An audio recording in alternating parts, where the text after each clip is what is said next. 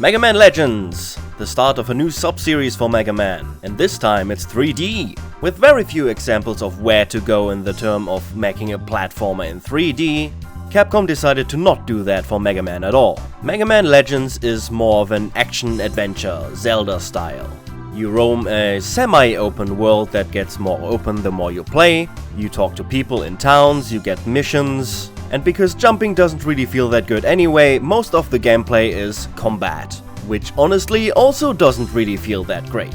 The game has a weird log-on, strafing is strange. Coming from a perspective of having played games that are kinda similar in approach but just execute much more fluently, this is a little tough to play. But I got used to it, as one does, and at that point you can at least start appreciating the visual design of this game. Landscapes maybe aren't this game's strong suit, but the town looks really nice, and the character models have so much goddamn character to them that they probably created this game's fans all on their own.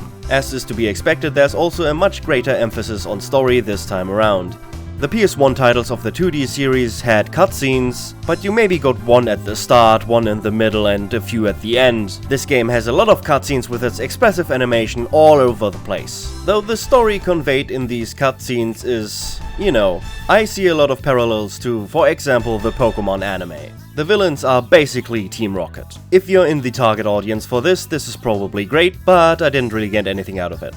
Okay, so the visual style of this game is great, but the story isn't really for me, and the controls make it hard to like the gameplay, but what about the missions? What do you actually do in this game, and is that fun? Well, not really. Most of the missions are just combat, which I've already said I don't really enjoy that much, and the activities between the missions include trying to find what to do, and dungeon crawling.